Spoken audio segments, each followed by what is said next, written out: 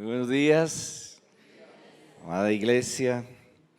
Ahora sí puedo decir con toda confianza, qué bueno estar aquí en mi casa. Porque por la amabilidad y generosidad de sus pastores y de todos ustedes, hemos estado en este lugar como un lugar de refugio. Y de verdad que ha sido un refugio, un remanso de paz, estar aquí con el remanente que Dios nos ha dado, que ustedes saben que se llama manto de adoración. Es un remanente aquí en Bogotá, un remanente en Medellín, un remanente en Valencia, Venezuela, que también Dios nos ha permitido cuidar, y un remanente en Miami que con mucha limitación por la distancia intentamos mentorear con mi esposa y con mis hijos. Es un grupo de personas que pastoreamos durante 2 años allí en la ciudad de Miami. Y el Señor ha permitido que podamos estar juntos esta mañana alrededor de su presencia y alrededor de su palabra. Y yo pienso que no hay un momento más particular en la historia que el que estamos viviendo. Muchas veces la gente dice, yo hubiera querido vivir en la época del Señor Jesús, a conocerlo, para tocarlo, para escucharlo, o como el apóstol Juan, para abrazarlo. ¿Cuántos hubieran querido abrazar al Señor Jesús? No, pues imagínese usted. Pero su palabra dice que un día le veremos tal como Él es, ¿cierto? Pero tal vez esta época es más particular que cualquier época en la historia, porque su palabra dice que la gloria postrera será mayor que la primera. Y yo estoy seguro que en los días, meses y años que vienen, veremos cosas que nuestros ojos nunca habían visto.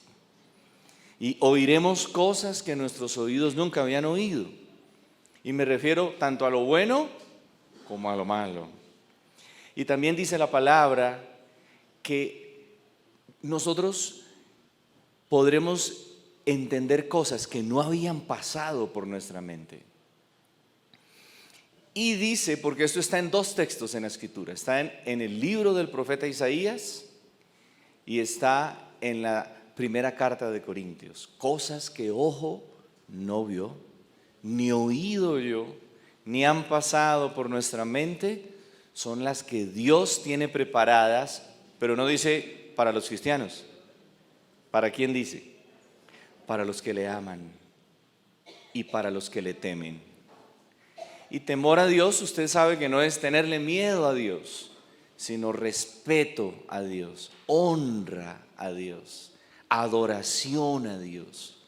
Temer a Dios es tener un corazón que corre a obedecerle, ¿sí?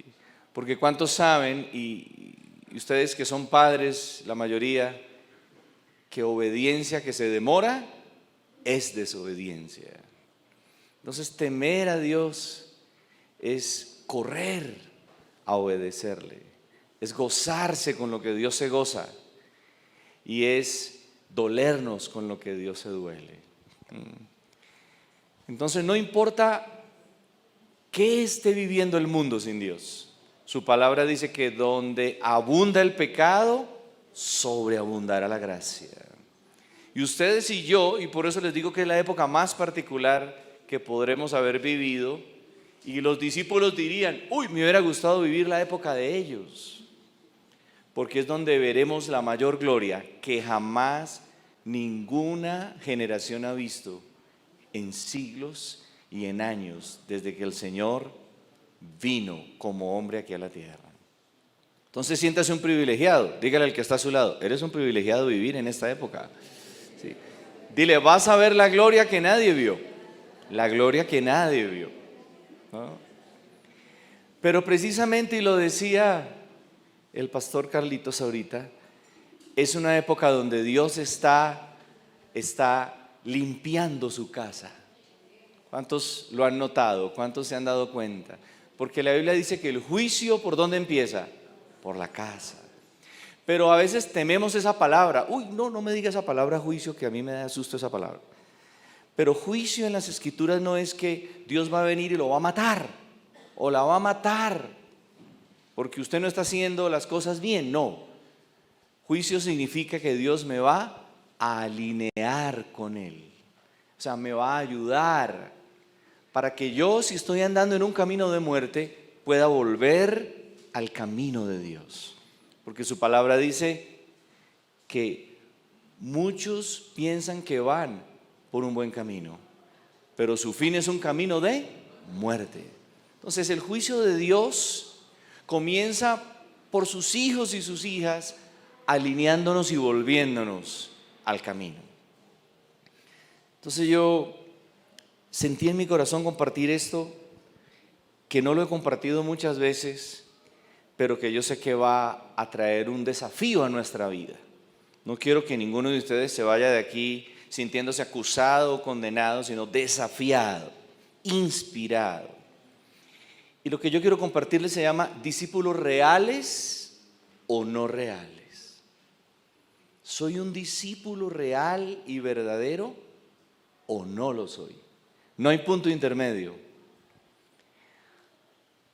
Y ustedes van a poder evaluar al final con un solo texto de las Escrituras, que es un texto muy especial y está en el Evangelio de Juan, en el capítulo 8. Vamos a ir allí. Abra su Biblia o prenda su Biblia. Eso solo se puede decir en esta época, ¿ves? Esa es una de las cosas que se perdieron los discípulos, ¿no? Ellos no podían prender la Biblia como usted, en cambio nosotros sí. Juan capítulo 8 y vamos a leer a partir del verso 31. ¿Cuántos aman la palabra del Señor?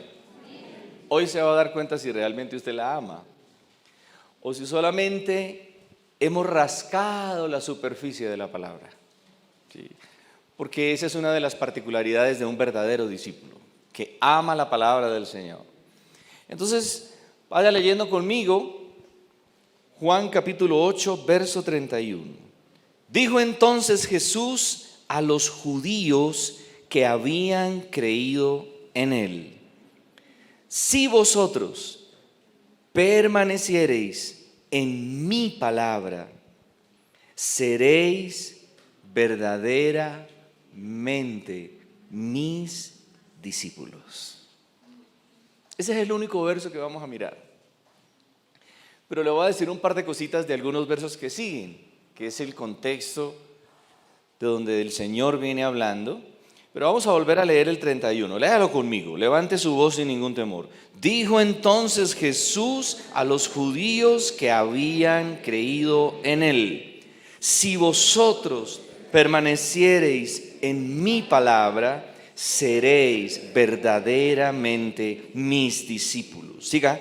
Y conoceréis la verdad, y la verdad os hará libres. Ahora, los judíos que estaban allí escuchándolo, muchos de ellos casi siempre eran maestros de la ley, habían dedicado toda su vida a estudiar las Escrituras, le respondieron así: linaje de Abraham somos y jamás hemos sido esclavos de nadie. O sea, no les gustó mucho lo que les dijo el Señor Jesús, porque les acaba de decir: y conoceréis la verdad, y la verdad os hará libres. ¿Y de quién les hablaba Jesús? De Él. Entonces ellos se van como incomodando, porque ¿cuántos saben que las palabras de Jesús lo van incomodando a uno? Lo van molestando, ¿no?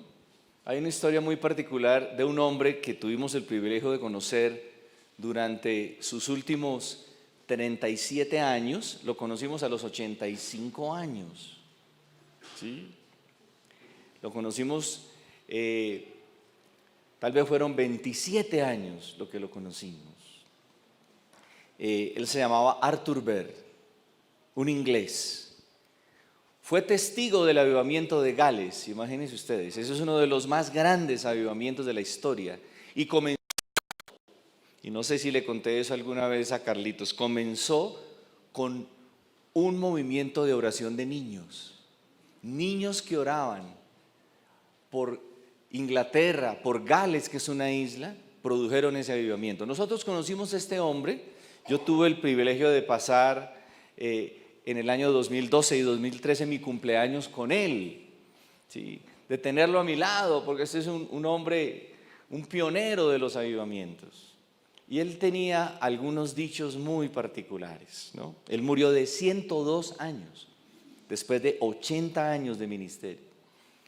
Y él decía, cuando predicaba la palabra y alguien se le acercaba y le decía: hermano Arthur, esa palabra que nos diste nos dejó apaleados. Y él decía: entonces no cumplió su propósito, porque no era para apalearte, era para matarte. Él decía cosas así.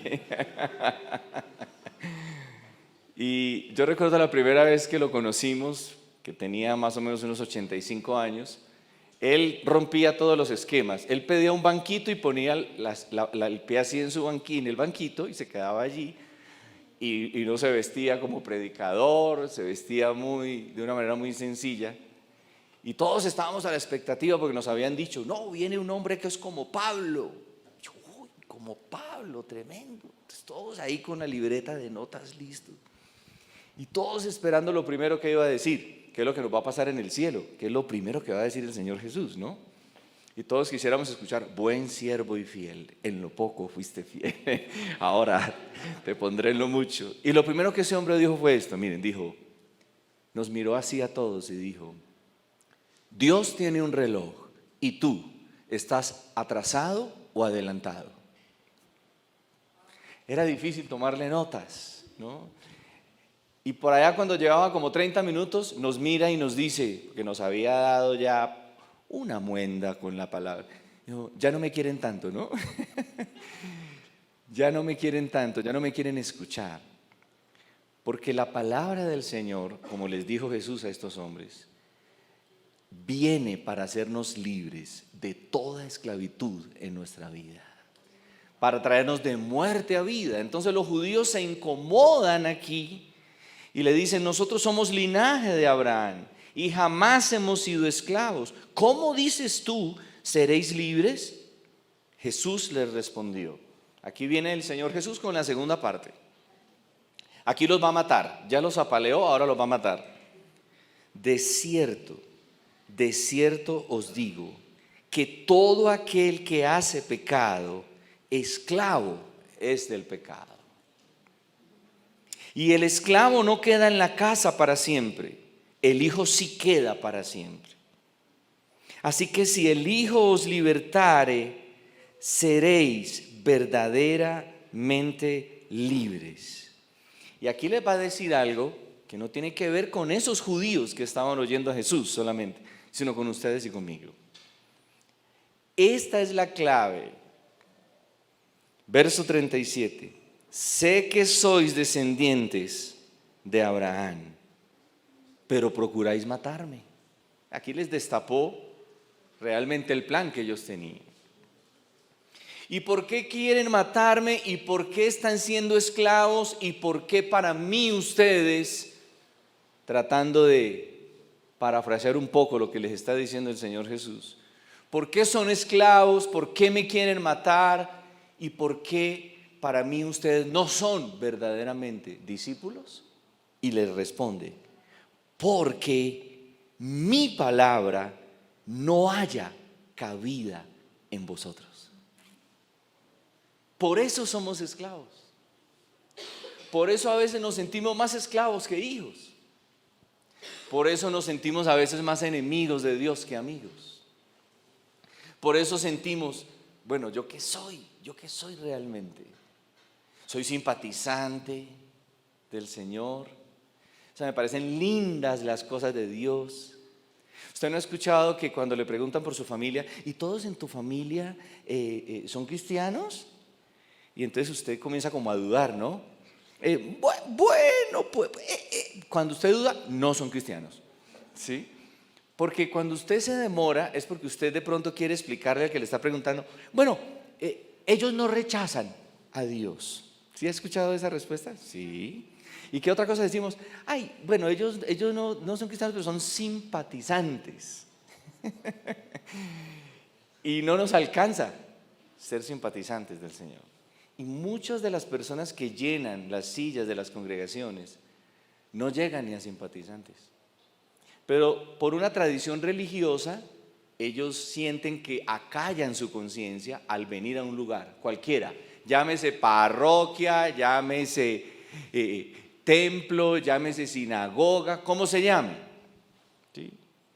Pero entrar a un lugar a adorar a Dios y a escuchar su palabra no nos hace verdaderos discípulos. Y aquí de una manera muy clara el Señor Jesús nos explica qué es lo que nos hace verdaderamente discípulos. Y vamos a volverlo a leer, porque es el verso 31. Léalo conmigo. Una vez más, dijo entonces Jesús a los judíos que habían creído en él. Levante su voz. Si vosotros permaneciereis en mi palabra, seréis verdaderamente mis discípulos. Así es que usted ya está pensando en este momento, ¿yo soy verdaderamente su discípulo, su discípula? ¿Yo he permanecido realmente en su palabra? ¿O la única palabra que yo estudio o la única vez que yo la abro es cuando me dice el pastor, bueno, vamos a abrir la palabra, y han pasado 8 días sin que usted la abra o sin que la aprenda? Entonces uno ya empieza a preguntarse, entonces yo no soy un verdadero discípulo de Jesús. Entonces nos vamos a preguntar 5 cosas de ese verso 31. 5. ¿A cuánto les gusta tomar notas? A ver, si alguien quiere tomar notas y no tiene dónde, pues pídale a alguien ahí una hojita o tome notas ahí en su libreta de su celular o de su tablet. Entonces vamos a hacernos 5 preguntas. Si no alcanzamos a responderlas todas, luego en otra venidita las respondemos. Primera pregunta que le vamos a hacer a este texto: ¿qué significa ser verdaderos discípulos de Jesús?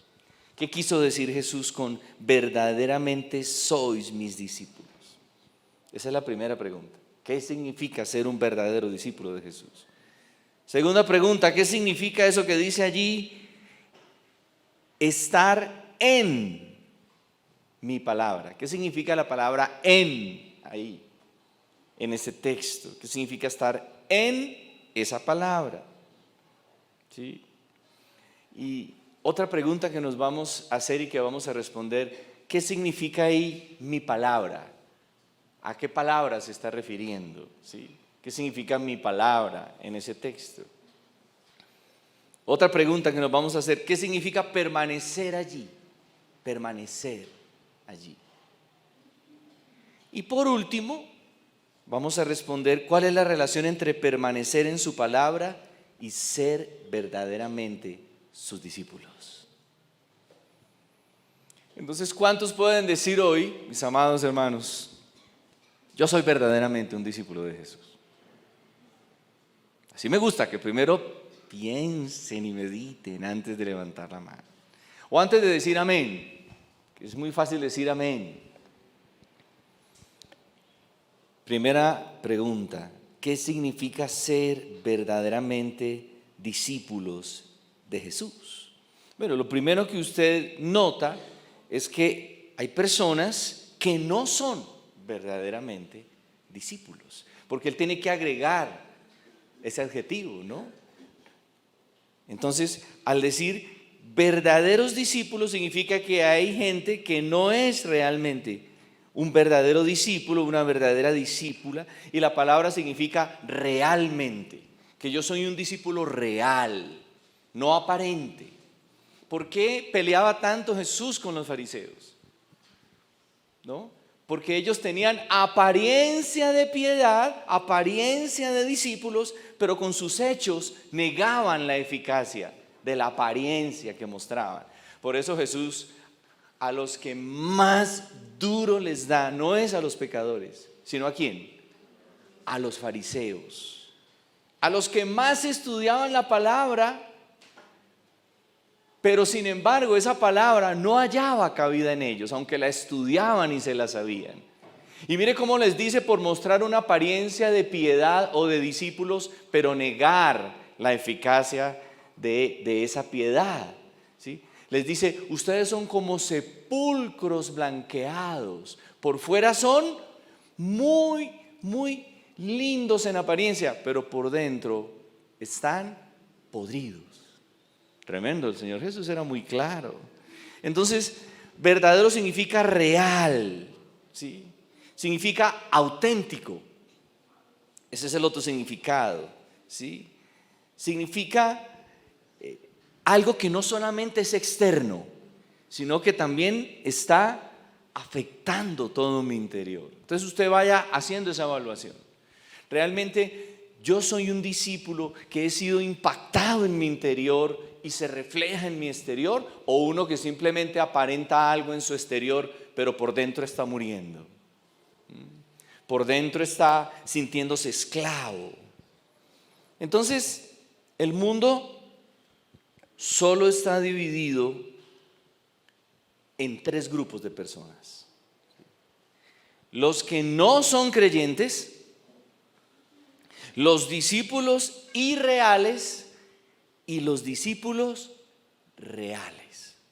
Recuerdo la primera vez que compartí esta palabra, una persona de la congregación había invitado a un familiar de él y se hizo atrás, y yo veía que él abría los ojos y se movía en la silla, y al final me dijo: yo quiero decirte que yo soy un discípulo irreal. Así me dijo. Yo soy como ese, entre ese grupo de 3, yo soy un discípulo irreal. Y esto ha confrontado mi vida, porque yo pensé que realmente era un simpatizante estaba llegando a ser, pero ahora me doy cuenta que no soy, me decía él. Entonces hay los que no son creyentes, no son discípulos. Usted los conoce, usted ha tratado de compartirles la palabra, pero ellos no son discípulos, no son creyentes. Los discípulos irreales y los discípulos reales. ¿A cuál grupo pertenecemos nosotros hoy? Pregúnteles que está a su lado, pero sin que le conteste. ¿A cuál grupo perteneces? Pregúntele. ¿A cuál grupo perteneces? No me conteste, dígale, no me conteste. Solamente piense en esa pregunta. Ahora, hay personas que dicen seguir a Jesús, pero tienen una relación superficial con Él. ¿Sí? Entonces, son personas que no reflejan un testimonio de lo que significa ser realmente un verdadero discípulo, ¿sí? Porque con el Señor se cumple lo que pasa cuando usted le dicen los que están adentro de la piscina: venga, venga que el agua está rica, y usted mira así como dudando y mete solamente el pie. Espere un momentico, y usted mete el pie así y dice: uy, no, eso está muy frío. Dijo: pero es que usted nunca se va a dar cuenta lo rica que está. ¿Hasta qué? Hasta que se sumerja profundamente en la piscina. Entonces hay muchos que estamos dándole la vuelta a la piscina, y otros que nos están diciendo desde adentro: mira lo que te estás perdiendo. Pero nosotros muy acomodadamente, ¿sí?, muy convenientemente preferimos darle vueltas y de vez en cuando meter la mano o un poquito el pie. Entonces, realmente lo que significa ser verdaderos discípulos, de acuerdo, es ser auténticos, reales y no aparentes. Auténticos, reales y no aparentes, ¿sí? Nosotros necesitamos entender nuestra fe y sostener nuestra fe, y no hay una manera para hacer eso que estar arraigados en la palabra del Señor. Ahora, a mí me llama la atención que la pastora Betty compró unas Biblias para los que no tienen Biblia. Y entonces la pregunta que yo hago es: ¿y si usted es un verdadero discípulo, por qué no tiene Biblia? ¿Usted no se ha preguntado eso? ¿No? Ahora, bueno, usted la tiene en el celular porque bajó la aplicación, pero aparte de tenerla en la aplicación en el celular o en su tablet, la debería tener así.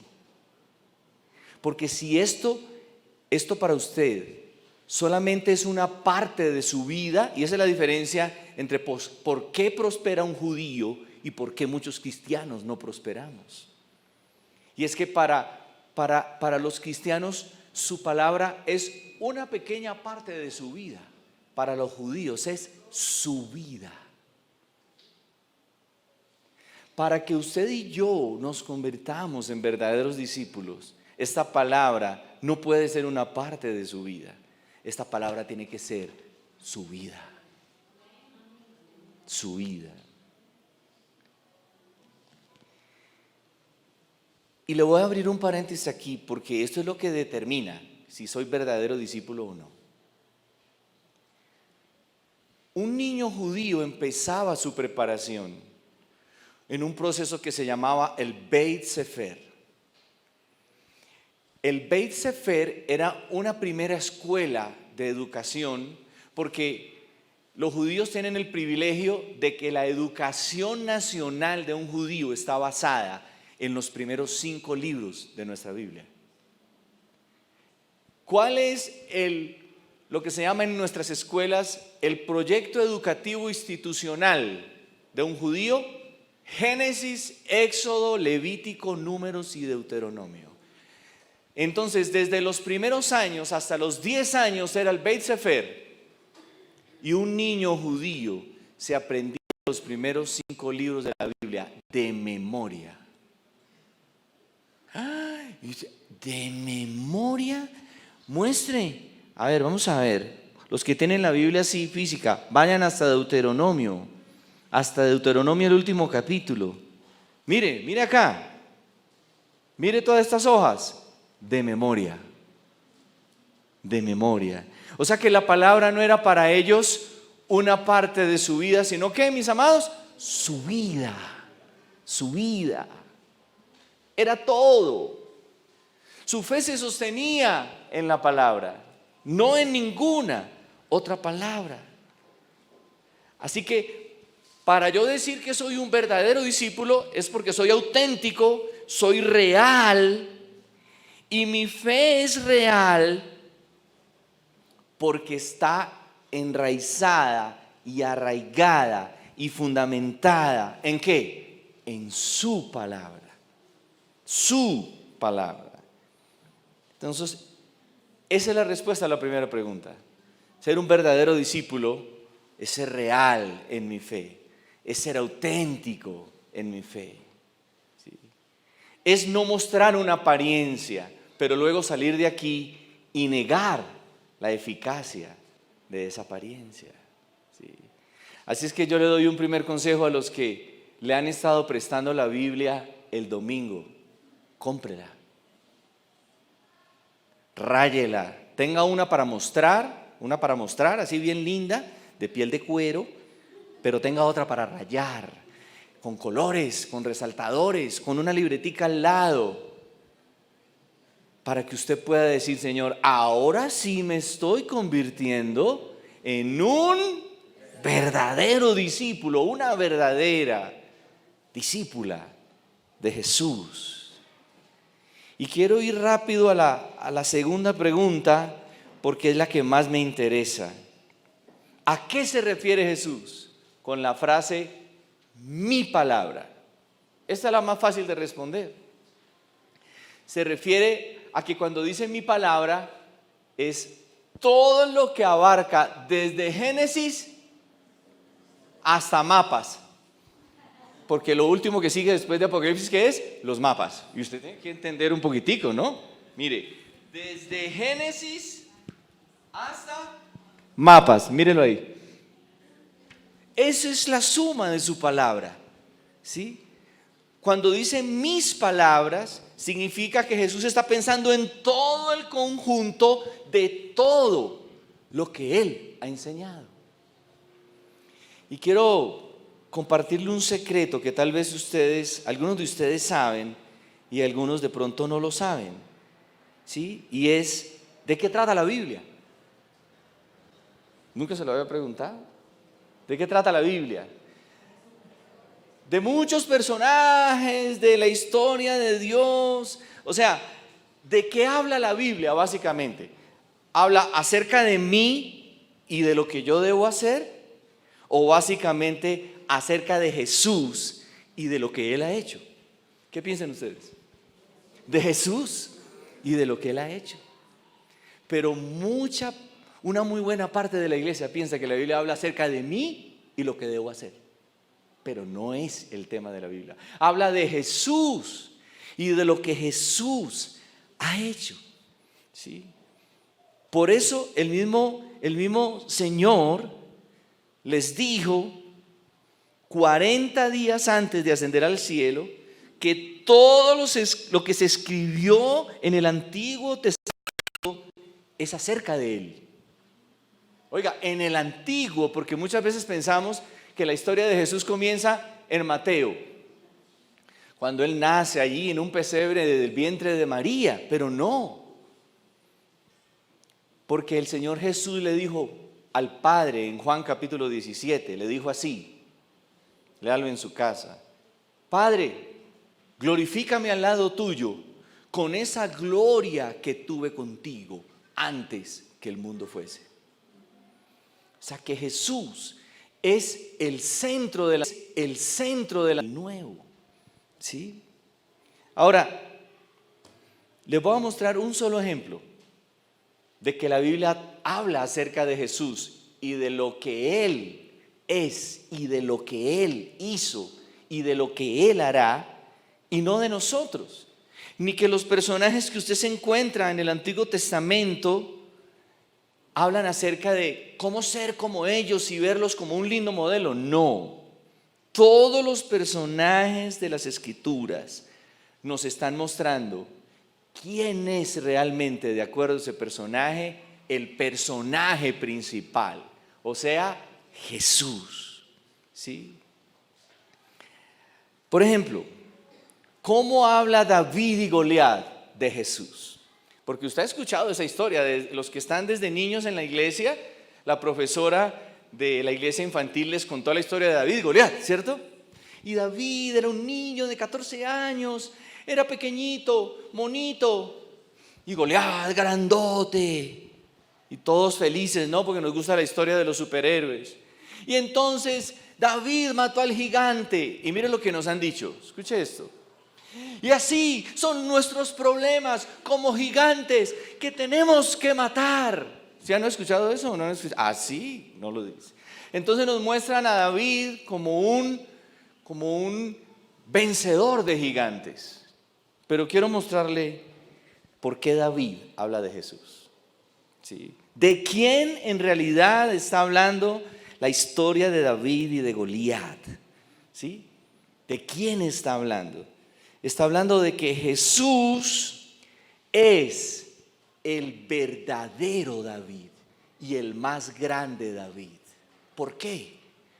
Porque lo que el Señor quiso cuando me mostró a David es adelantarme un poco del verdadero David. Porque por un solo hombre que representó a un ejército, ese ejército obtuvo la victoria sobre el gigante.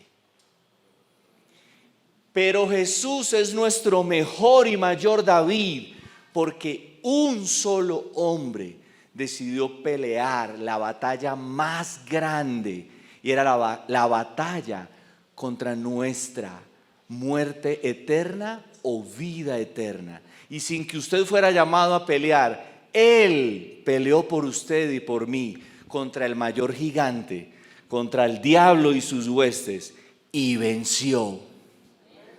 Un solo hombre, David, hizo que un ejército que estaba lleno de miedo y de temor saliera corriendo y dijera: ganamos. Pero ellos no pelearon, les dio miedo. Un solo hombre, Jesús, venció al mayor gigante, la muerte, el pecado.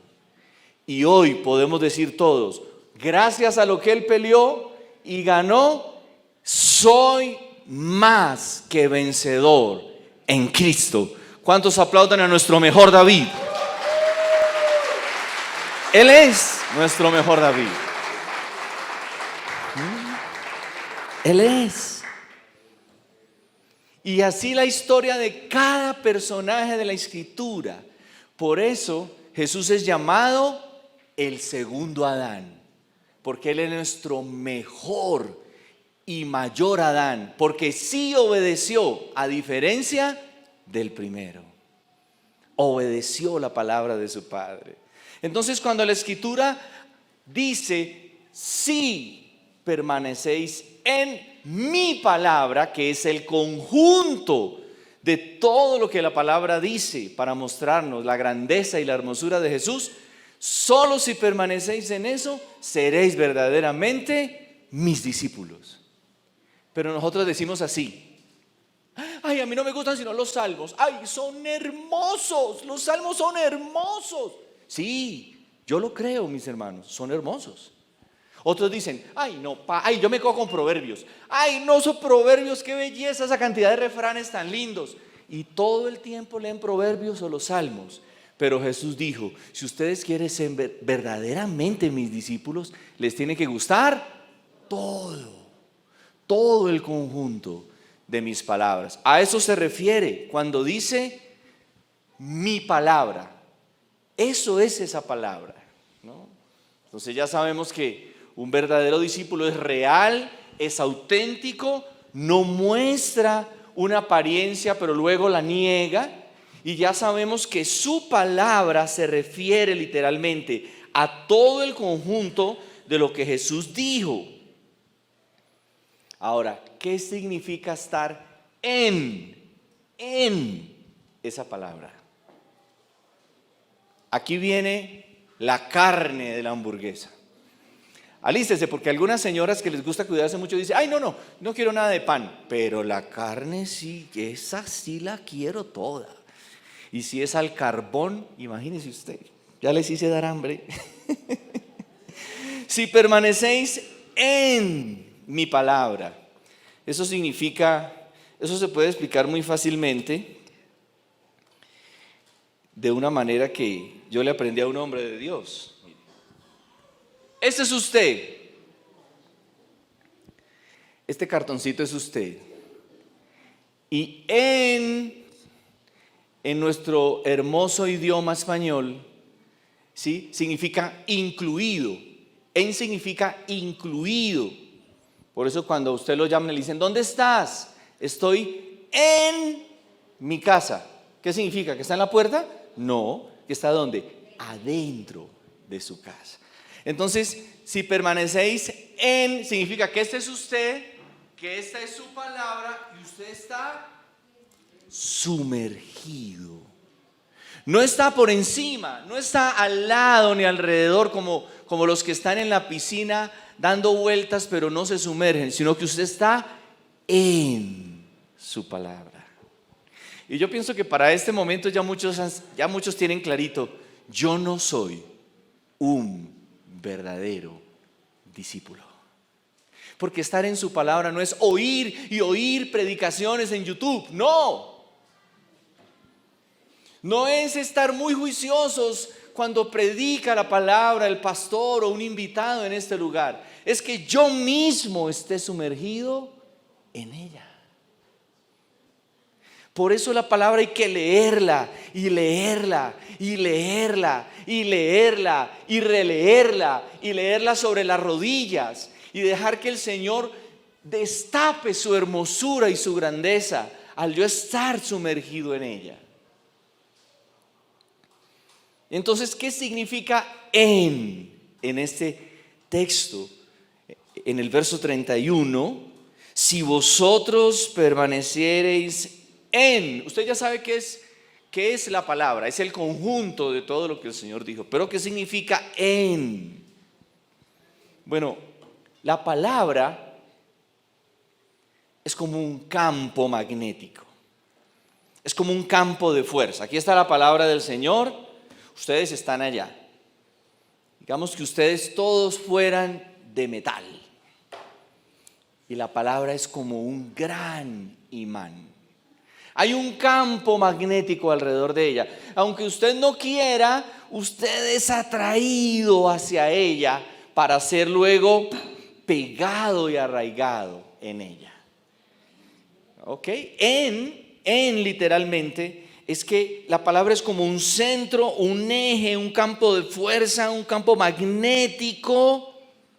Y cuando usted está en esa palabra, usted comienza a ser impregnado de esa fuerza, de ese poder. Usted comienza a entender y a mirar la palabra del Señor de una manera diferente. Pero le voy a decir qué implica, qué significa que usted está metido en ese campo. Y usted va a decir al final, no estoy metido en ese campo. Parte de ese campo es la verdad de su palabra. Eso es lo primero que quiero que escriba allí o que lo escriba en su corazón. El campo de la fuerza habla de la verdad de la palabra, ¿sí? Que cuando usted está realmente apegado a ella, usted siente la persuasión de la verdad de Dios. Usted está persuadido, usted está claro que la palabra de Él es verdad. Que no hay otra verdad. Ni los refranes de sus abuelos, ni los consejos de sus papás, ni los consejos de grandes amigos tienen el peso que tiene la verdad de su palabra para usted. Y usted vive en ese campo de persuasión que es la belleza de la verdad de la palabra, ¿sí? Usted vive en esa verdad todo el tiempo.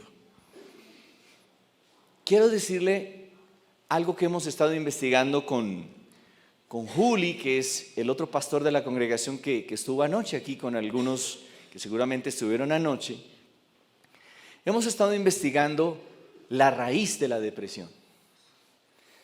¿Cuál es la raíz de la depresión? Porque parece ser ya una de las enfermedades del siglo XXI, ¿no? Que lleva a las personas a ciertas tendencias suicidas, ¿ok? Y hemos llegado en esta investigación a una conclusión, obviamente enriquecidos por muchos autores. Y es que todo eso que usted experimenta, que usted ya conoce porque usted ha leído o ha tenido familiares con depresión, y no me estoy refiriendo a el porcentaje mínimo de la depresión, que es lo que se conoce como depresión química, que como falta de un químico en el cerebro que tiene que ser compensado con ciertas medicinas. No, ese es el mínimo porcentaje de los que se deprimen. O lo que se conoce como depresión biológica, cuando a una mujer le quitan sus órganos, parte de sus órganos internos para evitar de pronto una enfermedad grave. Entonces la depresión está conectada siempre con una pérdida. Entonces cuando a una mujer le quitan su matriz y parte de sus órganos internos, la mujer siente lo que se conoce como una depresión biológica porque ha perdido una parte vital de su cuerpo. Tampoco me refiero a esa. Y tampoco me refiero a la depresión que viene, como dicen los médicos, por una revolución hormonal, ¿sí? Hay una depresión que se conoce como depresión posparto, porque cuando una mujer está embarazada hay una revolución de sus hormonas. Y se los digo yo, que nunca tendré hijos. Los hombres no sabemos qué significa estar embarazados, pero cuando usted le pregunta al ginecólogo, ¿sí? Porque aunque ahorita se usa mucho esto de estamos embarazados, es muy lindo, pero realmente aunque yo lo disfruté y entré al parto de mis 2 hijos, nunca supe qué pasó con la revolución hormonal en el organismo de mi esposa. Entonces, como todas las hormonas se revolucionan, la mujer sufre algo que se conoce como depresión posparto. Y luego cuando sigue amamantando, hasta que termine de amamantar, no para la revolución. O sea que cuando una mujer está amamantando, el cuerpo identifica como si todavía estuviera embarazada. Es que yo quería ser médico, por eso he investigado. No me refiero a esa depresión, me refiero a estos síntomas. Todo el tiempo quiero llorar. Y cuando me preguntan, ¿pero por qué llora? No sé por qué lloro. Eso es un síntoma de una persona deprimida. Otro síntoma, la autocompasión. Nadie me quiere, a mí nadie me quiere. Todo me toca solo. Nadie me ayuda. Todos me abandonaron. Es más, hasta Dios me abandonó. Así dice una persona deprimida. Siente que hasta Dios la abandonó. Y la Biblia dice, si yo leyera todo el conjunto, dice, no te dejaré ni te desampararé. He aquí yo estoy con vosotros todos los días hasta el fin del mundo. Pero ¿a qué conclusión hemos llegado? Hemos llegado a la conclusión de que la mayoría de estos síntomas se presentan en nuestra vida por no responder bíblicamente a las situaciones que yo enfrento en mi día a día. Por no responder con la verdad de su palabra, sino con cualquier otra verdad. Por eso, en un alto porcentaje, las personas se deprimen. Por eso, cuando hablamos de la verdad de la palabra, que es lo primero, es la persuasión que la palabra trae a mi vida sobre toda mentira que el enemigo me trata de colar. Acuérdese que el enemigo es padre de mentira. El enemigo siempre trata de comunicarse con usted y conmigo con una mentira. Dios no te escucha a ti. Si usted le cree la primera, Él viene con las demás y ya logró comunicarse con usted. Cuando usted escuche, Dios no te escucha a ti. Por eso usted escucha personas que dicen, ay, ora por mí, que a ti Dios sí te escucha. Ya le creyó una mentira al enemigo.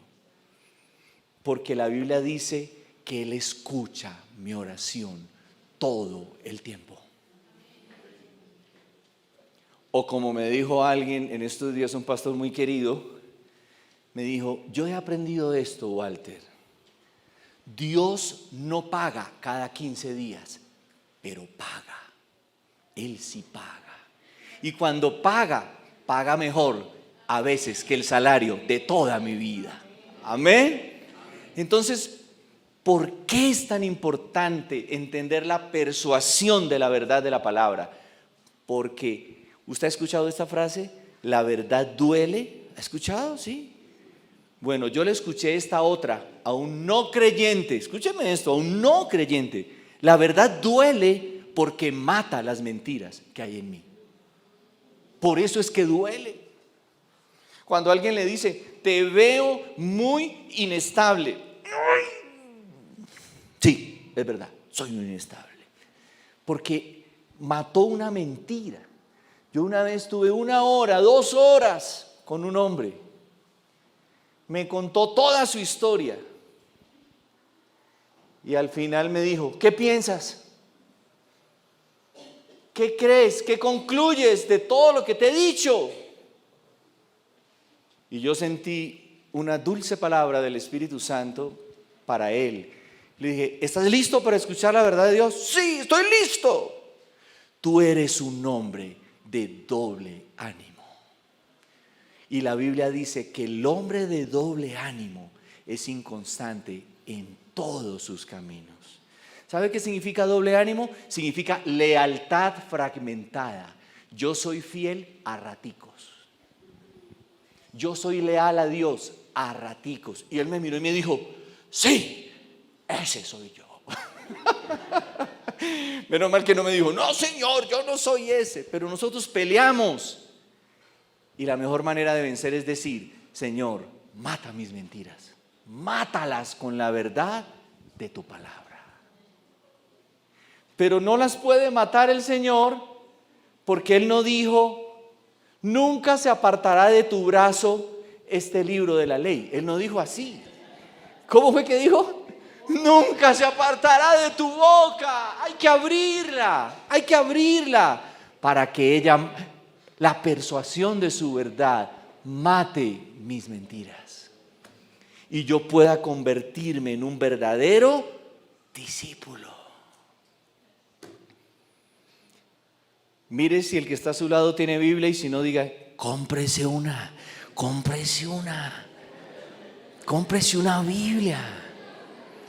Dígale, no importa si la tienes en el teléfono, cómprese una. Dígale.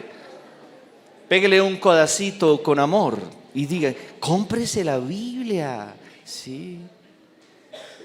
Por eso muchas personas vienen a usted y le dicen, ay hermano, hermana, ay amiguis, ora por mí porque esto me tiene desesperado. Y usted dice, ¿y usted nunca ha probado? ¿Nunca ha probado orar usted? Y la persona se queda como pensando, oiga, ¿verdad? Yo también puedo orar, ¿no? Porque la Biblia dice que Él está atento a las peticiones de sus hijos. Entonces, mire todas esas mentiras que su palabra mata. Dios me abandonó. Nunca dice eso la palabra. Aunque usted no lo sienta, Él está ahí. Dios no me escucha. Eso es una mentira, ¿sí? Porque la Biblia dice que Dios me escucha. Dios no me paga. Sí, la Biblia dice, sin fe es imposible agradar a Dios, porque es necesario que el que se acerca a Dios crea que Dios existe y que paga salario a los que le temen. Entonces lo primero que significa en su palabra es estar en esa persuasión de la verdad de su palabra. 2, estar en su palabra es estar en el campo de fuerza de la belleza de la palabra, de la belleza. Le voy a mostrar parte de esa belleza. Mire, este fue mi devocional de ayer. Yo le envío ese devocional a algunos de ustedes porque nos conocimos en el retiro de varones, en el campamento de varones que fue tan hermoso. Mire, le muestro la belleza de la palabra. Mire,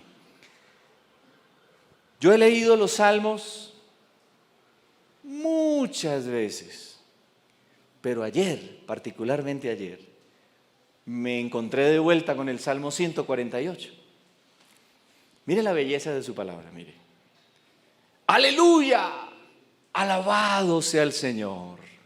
¿Cuántos dicen eso? ¡Aleluya! Alabado sea el Señor. Mire esta belleza. No hay belleza como esta. Dice, alaben al Señor desde los cielos. Alábenlo desde las alturas. ¿A quiénes se refiere cuando está diciendo desde los cielos y las alturas? Y nombra 7 cosas que están en las alturas y en los cielos. Dice, alábenlo todos sus ángeles. ¿Cuántos saben que hay ángeles que a veces bajan a nuestras reuniones?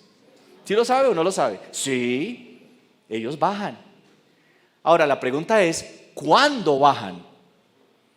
No siempre bajan, pero muchas veces los ángeles cantan con nosotros en nuestras reuniones. Ahora la pregunta es, ¿cuándo bajan los ángeles que alaban en las alturas? ¿Sabe cuándo bajan? Cuando identifican en la tierra la atmósfera del cielo. Por eso nunca dejen de adorar, nunca, porque la adoración trae a la tierra la atmósfera del cielo. Y luego dice, número 2, alábenlo todos sus ejércitos, y se refiere a toda esa cantidad de seres celestiales, los seres vivientes, los ancianos.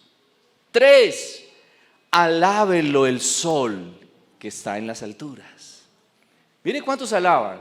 Alábenlo la luna lo alaba, el sol lo alaba. Alábenlo las estrellas luminosas, las estrellas lo alaban. Alábenlo ustedes, altísimos cielos. Y la Biblia dice que los cielos cuentan la gloria de Dios. Número 7, alábenlo las aguas que están sobre los cielos. ¿Cuáles son las aguas que están sobre los cielos? La que luego le cae a usted. Porque ¿cuántos sabían que para que llueva para abajo primero tiene que llover para arriba? ¿Sí sabían eso o no sabían eso? Eso está en el libro de Job. El ciclo del agua. Sube el agua en forma de vapor, llena las nubes y luego se descarga nuevamente sobre nosotros. O sea que para que llueva para abajo, primero tiene que ¿qué? Llover para arriba. Muy bien, ¿ve? ¿Sí ve que sí existe llover para arriba? ¿Y sabe qué es la adoración? Es como lluvia que sube y luego se descarga sobre nosotros en bendición. Por eso cuando termine de adorar, Leito, diga, ay, tan cortico, pero yo quería más agua sobre mí. Dijo 7 cosas de los que alaban arriba. Ahora mire lo que dice. Y yo estoy seguro, oiga, estoy seguro, absolutamente persuadido que usted jamás hizo esta lista que yo le voy a leer. Porque para ser verdadero discípulo usted tiene que encontrar la verdad de su palabra y la belleza de su palabra. Mencionó 7 cosas de los que alaban arriba, ¿cierto que sí? Ya se las leí. Ahora le voy a leer 23 cosas que alaban abajo. ¿Usted había visto eso en el Salmo 148? Dígamelo. No, yo sé que no. Porque primero para verlo tiene que comprar la Biblia. Dígale que está a su lado, cómprela. Es más, yo te voy a colaborar, dígale, le voy a dar una ofrenda para que se anime. Miren la belleza de su palabra, mis hermanos, miren. Luego dice, sea alabado el nombre del Señor. ¿Pero por qué? ¿Por qué tengo que alabar? Porque Él dio una orden y todo fue creado. Casi nada, ¿no? Él dio la orden y ¿qué? Y todo fue creado. ¿Cómo no voy a alabar ese nombre que es sobre todo nombre? ¿Y por qué más? Porque todo quedó afirmado para siempre. ¿Y por qué más le alabo y le adoro? Porque Él emitió un decreto que no será abolido, que usted pertenece al Señor y nadie lo arrebatará de su mano. Mire la belleza de su palabra, pero leemos la palabra como leyendo el periódico. Y la leemos de noche y nos quedamos dormidos ahí, encima del libro o encima del celular. Entonces luego dice, alaben al Señor desde la tierra. Entonces aquí ya tiene que ver con nosotros. ¿Quiénes? Mire la listica. Los monstruos marinos, alábenlo. Monstruos, alábenlo. ¿Quién más? Las profundidades del mar, alábenlo. Número 3, el relámpago, alábenlo. Número 4, el granizo, alábelo. Cuando usted está escuchando que está que se le cae este techo, es que el granizo lo está lavando. El granizo lo está lavando. 5, la nieve, alábenlo la nieve. ¿Cuánto les gusta ver las montañas llenas de nieve? La nieve alaba al Señor. 6, neblina, alábenlo.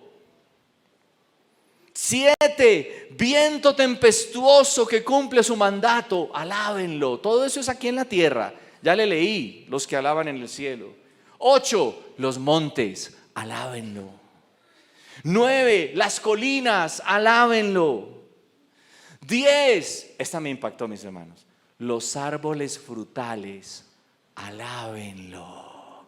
¿Y cómo piensan ustedes que lo alaban los árboles frutales?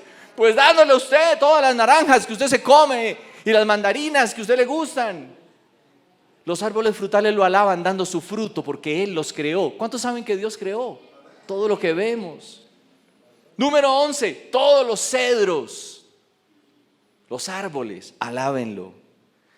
Los animales salvajes, alábenlo. Y aquí viene lo que más le gusta a usted, su mascota.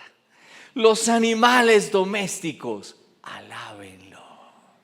Su mascota lo alaba, si usted no sabía. Cuando ladra, no solamente es diciéndole a usted que lo quiere mucho, sino alabando al Señor. 14, los reptiles, alábenlo. 15, las aves. ¿Cuántos han oído las aves alabando al Señor? ¿Cierto que sí? 16, los reyes de la tierra, alábenlo. 17, todas las naciones, alábenlo. 18, los príncipes de la tierra, alábenlo.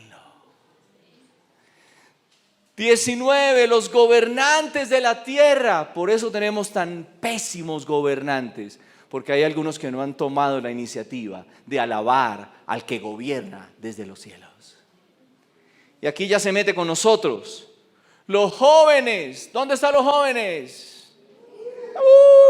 Alábenlo. Y mire que el Señor es tan caballero que no dice los jóvenes todos, hombres y mujeres. No, dice las jóvenes, alábenlo. ¿Dónde están las jóvenes? Bueno, y aquí ya menciona a otros de nosotros. Los ancianos, alábenlo. ¿Dónde están los ancianos? Anciano no es solamente lleno de días, sino lleno de sabiduría. ¿Dónde están los ancianos?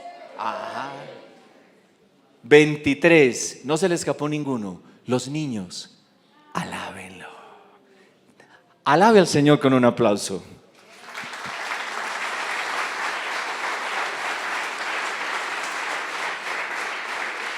Niños, jóvenes, ancianos, aplaudan al Señor.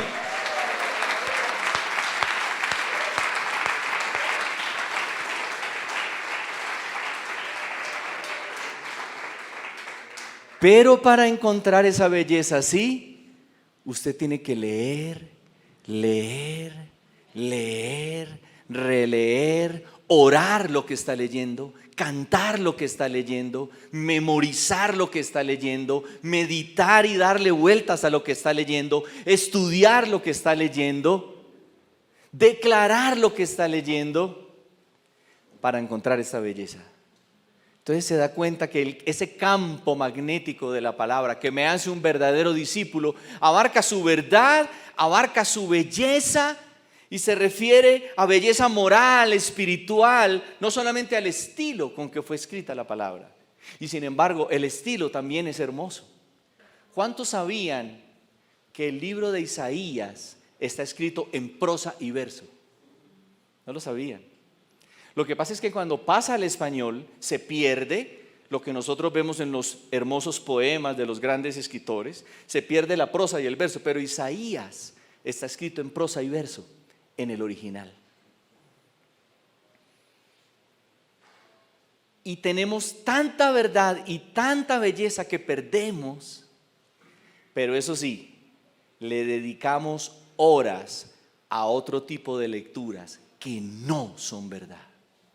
Entonces, cuando tenemos que responder bíblica y escrituralmente a situaciones de nuestra vida que nos tienden a deprimir, respondemos no con la verdad de Dios, sino con la mentira del humanismo y del razonamiento de los hombres.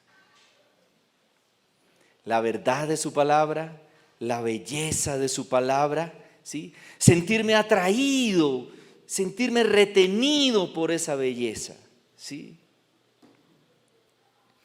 Otra cosa que abarca en su palabra es el valor supremo de su palabra. Otra cosa es el poder y la gracia de su palabra. Saber que yo confío en ella. Saber que yo puedo decir, tú lo prometiste, tú lo cumplirás. Estoy persuadido de la verdad de tu palabra, de la belleza, del valor supremo, del poder y la gracia. Y por último, en esa parte de en, para ir terminando, estar persuadido que no solo de pan vivirá el hombre, sino de toda palabra que sale de la boca del Señor. Usted no tiene que ser un profeta para profetizarle a alguien, porque profeta es el que habla por inspiración divina. Y si usted llama a alguien y le dice, mira, el Señor me puso en el corazón que te llamara y que te dijera esta palabra. Dios mío eres tú. De madrugada te buscaré. Aunque ande en valle de sombra y de muerte, el Señor te dice que no temas, que Él estará contigo y pasará contigo el valle de la sombra y de la muerte. ¿Quién no dice, gracias Señor, me persuadiste con la verdad de tu palabra, con la belleza? Y usted es un verdadero discípulo, pero se convierte en un verdadero profeta cuando toma la palabra del cielo. Por eso Jesús dijo, no se queden con el maná que cayó, ese que parecía un patacón, no se queden con ese no es. Yo soy el maná que descendió del cielo. Yo soy la comida que sostiene su alma y su espíritu. Ahora, eso era, ¿qué es ser verdadero discípulo?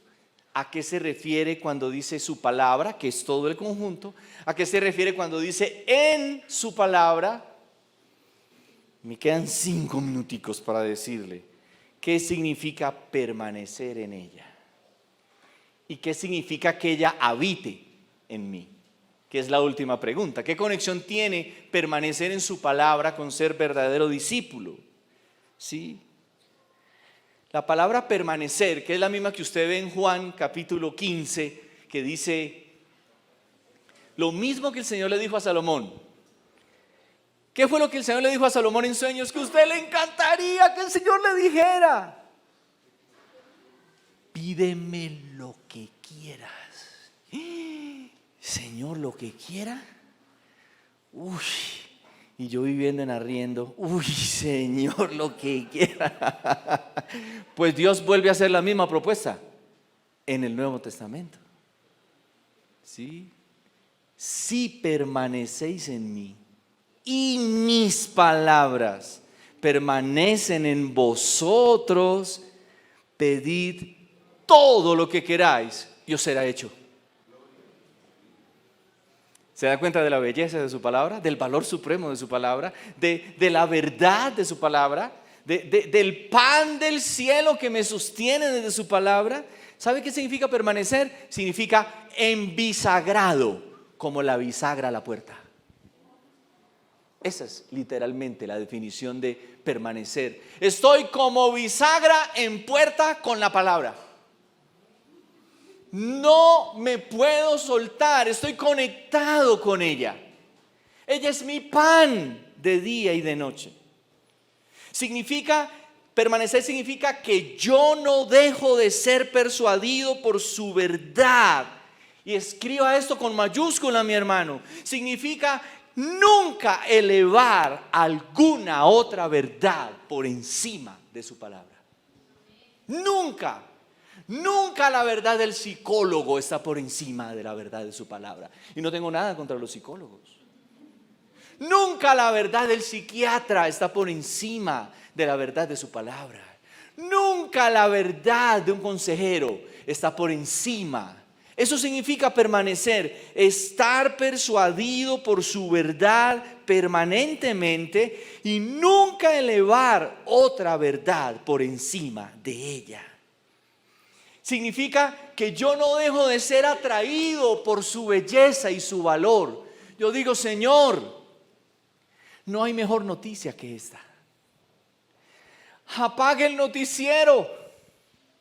Nuestros noticieros son películas de terror. ¿Sí se dio cuenta ya o no se ha dado cuenta? Sí, son películas de terror. Solo le falta la música. Y usted termina el noticiero y ¿cómo queda? Ay, feliz con esa verdad y esa belleza. No, usted termina así: estamos mal, vamos de mal en peor, terrible. Pero eso sí, noticiero de las 12 y otra vez usted ahí: Coca-Cola, litro y papas, porque hay que ver las noticias, hay que estar informado. Y otra película de terror. Y eso sí, termina el noticiero y queda usted peor de deprimido.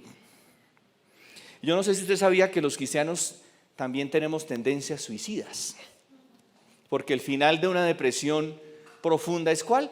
El suicidio. Pero nosotros somos más espirituales para manifestar esas tendencias suicidas. Entonces usted ve el noticiero y dice: esto está muy mal, Señor. Señor, llévame.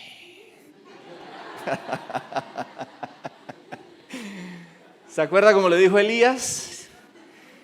Elías es usado poderosamente para desafiar sacerdotes falsos, dioses falsos. Y termina el hombre y ¿qué dice? Esto sí es ser un profeta, brother. Esto sí, yo soy el que desafió a los 400 profetas falsos. Y viene una mujer. Por eso, hombres, por favor, convénzase. Las mujeres son más valientes que nosotros. Convénzase de eso. Si usted y yo tuviéramos que tener hijos, nos moriríamos en el acto. Por favor, entiendan eso, hombres. Y viene una mujer y le dice: mañana a esta hora, tú, Elías. Ni siquiera le dijo, le hizo así. Así le hizo. ¿Sí? ¿Y qué dijo el hombre? Pues si desafié 400 profetas falsos, que se venga cualquier mujer. No, el hombre: ay, me va a matar esa vieja. Ay. Entonces se deprimió porque una mujer le dijo que lo iba a matar. Se deprimió hasta la muerte. ¿Y qué le dijo al Señor? Dígame, ¿qué le dijo? Llévame contigo antes de que venga esta vieja, Señor. Así le dijo, léalo. Y el Señor le dijo, no, mi rey, esto no se acaba cuando tú quieres, esto se acaba cuando yo diga. Porque ¿cuántos saben que Él es el gran jefe y Él es el que dice cuándo se acaba esto? Así es que usted puede estar muy espiritual y decirle, Señor, llévame de este mundo. No, Él lo puso aquí para que usted alumbrara las tinieblas de este mundo. No sea flojo, no sea miedoso, no sea como Gedeón, que estaba escondido en una cueva y escuchó, varón esforzado y valiente. ¿Yo? Señor. Claro, porque el Señor nos ve conforme a la verdad de su palabra. Por eso Dios te dice hoy, varón, varona, esforzado y esforzada y valiente. Diga, ¿yo? ¿Qué significa permanecer en su palabra?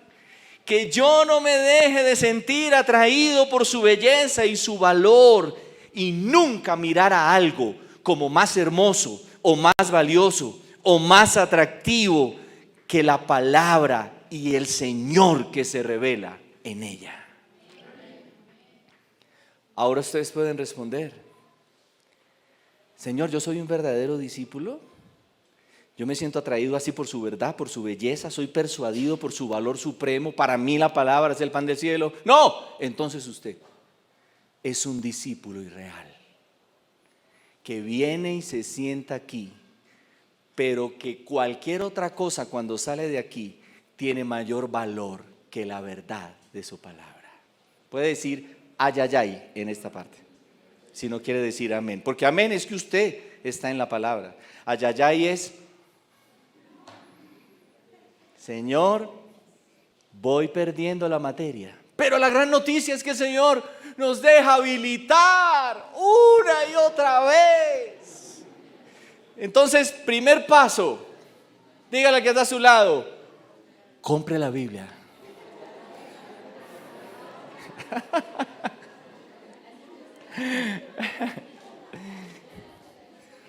Tres minutos para las 12. ¿Cuántos quieren escuchar solo dos cosas en esos 3 minutos? Le voy a decir por qué se pusieron ellos tan bravos cuando el Señor les dijo, ustedes no son realmente discípulos porque mi palabra no mora en ustedes. Y este es el golpe final, mis hermanos. Ya estamos doblados, ¿sí? Estamos doblados. Mire qué es lo que va a hacer el Señor aquí. Míreme aquí adelante, mire. Estamos así y el Señor va a hacer así.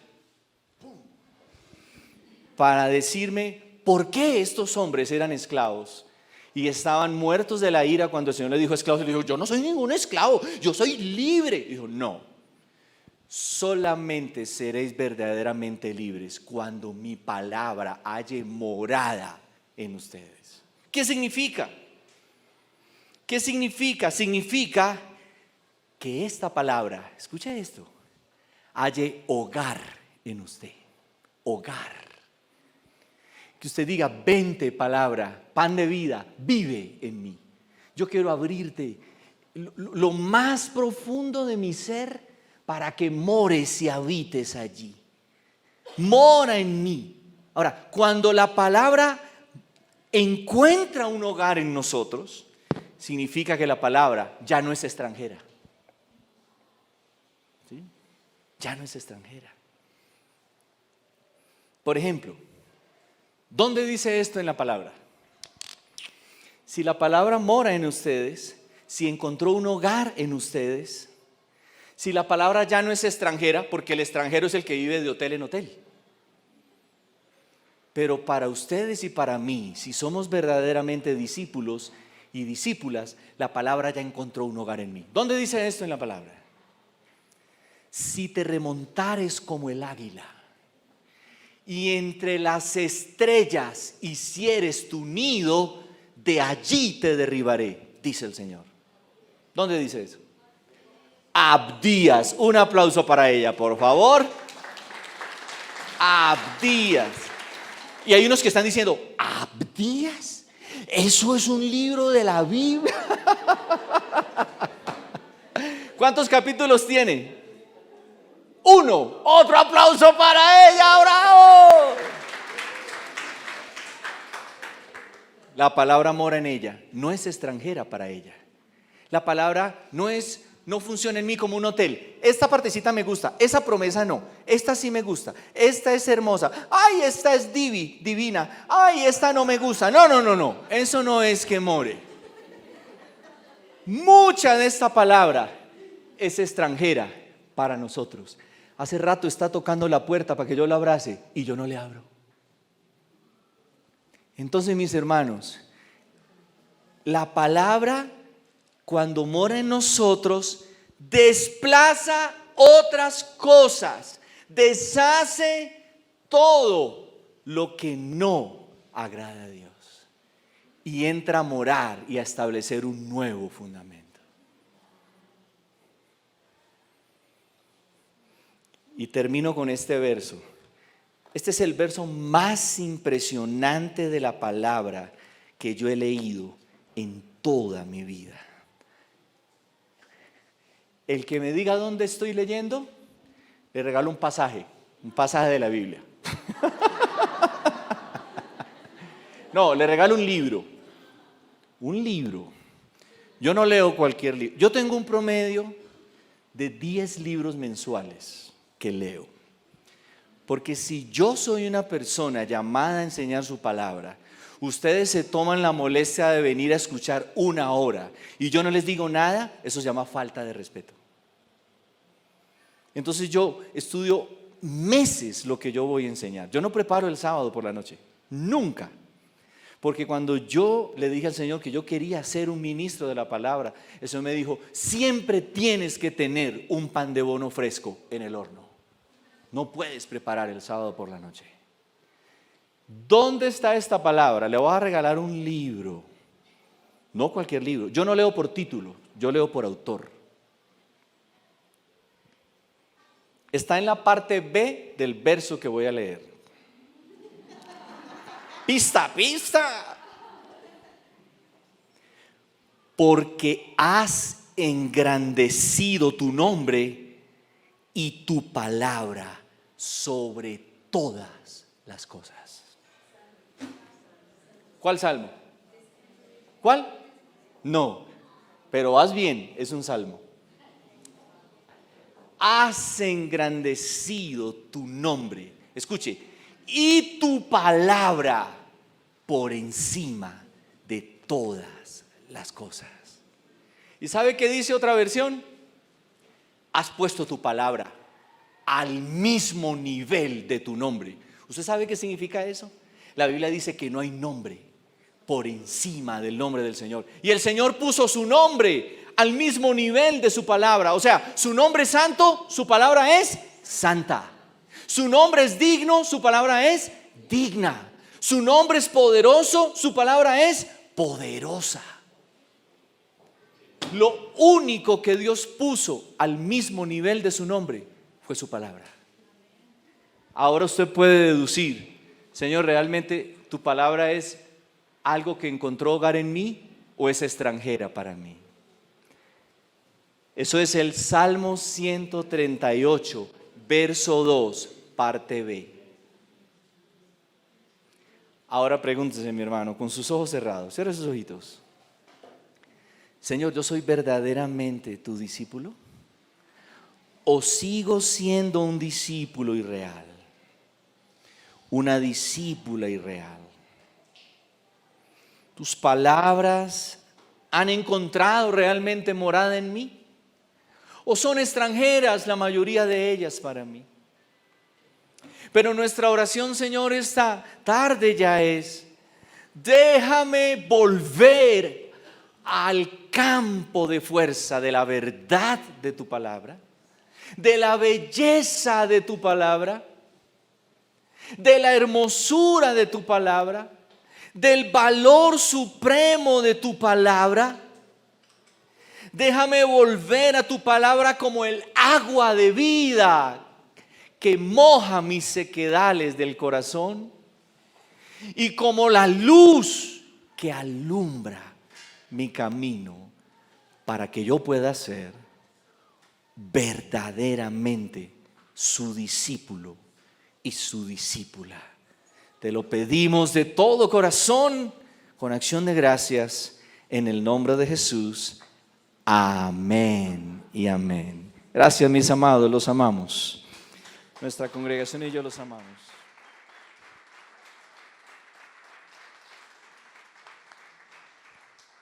¿Cómo le quedó el ojo?